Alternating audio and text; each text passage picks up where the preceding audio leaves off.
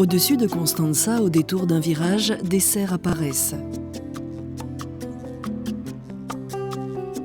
Des roses attendent d'être coupées et préparées pour l'expédition. Les conditions climatiques permettent de les faire pousser à côté des fleurs tropicales. Vous les retrouverez peut-être chez votre fleuriste après un périple de plusieurs milliers de kilomètres qui passe souvent par la Hollande. Ici, nous cultivons surtout des roses, des lys et des gerberas, des aromcala et d'autres feuillages comme l'eucalyptus, le romarin et le ruscus. Cette propriété compte environ 80 personnes qui travaillent tous les jours et une dizaine qui dépendent indirectement d'ici. Elle est située géographiquement ici pour le climat qu'on a. Pour nous, il est plus facile d'adapter la plante au climat que le climat à la plante.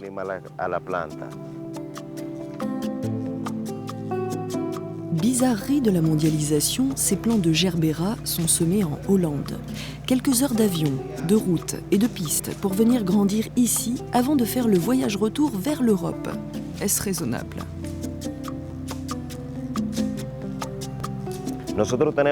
Nous avons semé là-bas sur 2 mètres, une combinaison de sol mélangé avec du compost de cocotier.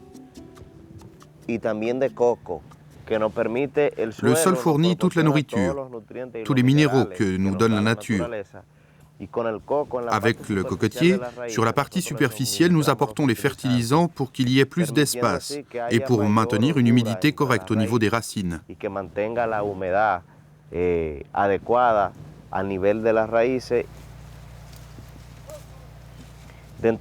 Parmi tous les travaux que l'on fait pour ces cultures, ce qui compte le plus, c'est la coupe et le désherbage. C'est ce que fait la dame là-bas, qui consiste à ôter les feuilles les plus vieilles pour que la plante ait une meilleure photosynthèse. En même temps, on ôte les tiges non utiles. Elles nous servent de bouture. En supprimant tout de suite les vieilles feuilles, nous évitons les fléaux et les maladies de la plante. En altitude, la température nocturne décroît rapidement, mais dans la journée, il fait vite très chaud sous la serre. Il a donc fallu trouver une solution. Le soir, nous la fermons pour que la chaleur reçue la journée soit conservée la nuit. Et comme ça, il n'y a pas un écart trop grand. Parce que si la journée, il y a une température de 35 degrés et la nuit de 8 degrés, la plante a un stress physiologique. Et si elle est stressée, elle rentre dans un état de rébellion. Elle ne mange pas.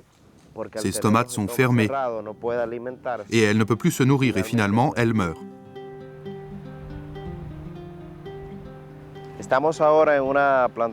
Nous sommes ici dans une plantation d'eucalyptus. Baby Blue, bébé bleu. C'est une variété spéciale pour la décoration. C'est que notre hiver, c'est celui-là. Il vient juste de commencer et nous avons actuellement à peu près une température de 22-23 degrés. Alors que l'hiver, en France ou dans n'importe quel autre pays d'Europe, il fait 0 et aucune plante de ce type ne peut tolérer des gelées. Pour nous, c'est très important, car nous pouvons le cultiver toute l'année.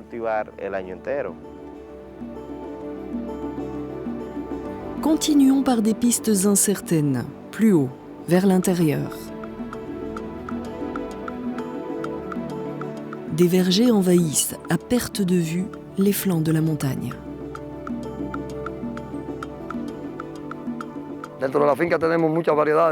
Dans la propriété, nous avons de nombreuses variétés.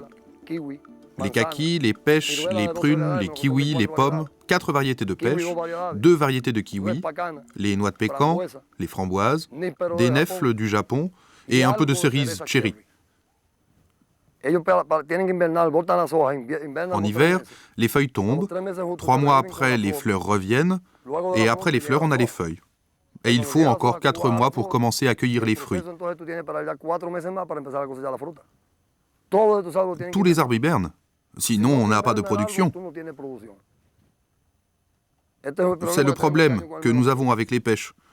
Si les feuilles ne tombent pas maintenant, en décembre, l'arbre peut mourir. Ici, on a la production des kakis. Il y a 17 arbres. Ces arbres fournissent le pays entier. Chaque arbre adulte donne 2500 à 3000 fruits. Ça dépend de sa taille. Le kaki est le seul arbre au monde qui produit tous les ans la même quantité de fruits. La fleur réussit à 100%. Dans les années 50, le père de Juan est venu d'Espagne, de la région de Valence, avec quelques graines dans ses poches. Ça, ce sont des fèves. Nous l'appelons Bachoco Valencia. Ça se met dans la paella valencienne. Ah, c'est très très bon. On n'a pas eu le temps de déguster les fèves de José Pascual, car un autre rendez-vous nous attend à Constanza. Les touristes dominicains qui y séjournent ne font pas seulement la cueillette chez Nona. Ils ne résistent souvent pas à la tentation de remplir leur coffre des productions de Dani.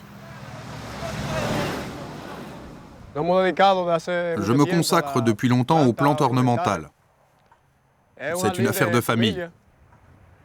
En ce moment, nous nettoyons pour que ce soit en bon état. La pluie a fait beaucoup de dégâts. Elle a été très forte ici, en République dominicaine. Il y a de nombreuses variétés. Les iris, les roses, les géraniums, les œillets, les incesios, les marguerites, quelques orchidées, et des broméliacées, des lauriers roses et des daturas. Ma mère a commencé avec un petit jardin, et mon frère aussi. On a appris avec le temps, avec des gens qui nous rendaient visite, des botanistes.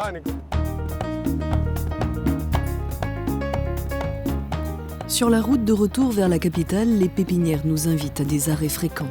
La tentation est forte de faire comme les Dominicains, quelques achats.